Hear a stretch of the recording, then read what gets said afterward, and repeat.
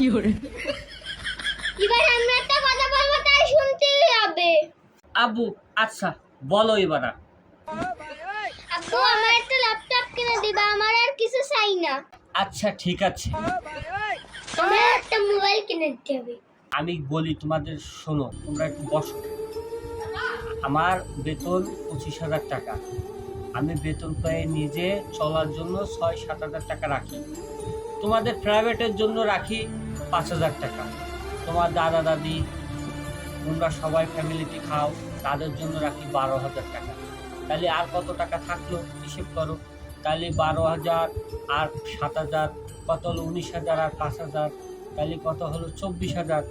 আর 2-3 হাজার টাকা থাকে, হয়তো বা ওষুধ কিনা লাগে, বিভিন্ন কাজে ব্যবহার করি। তোমরা বলো তোমাদের কি চাই?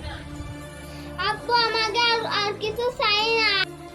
আম্মু তোমাকে বোঝার জন্য অসংখ্য ধন্যবাদ। আমি যদি পারি তাহলে অবশ্যই তোমাকে আমি ল্যাপটপ, আর আব্বু তোমাকে আমি অবশ্যই মোবাইল কিনে দিব। তোমরা বুঝেছো, এটাই তোমাদের ধন্যবাদ।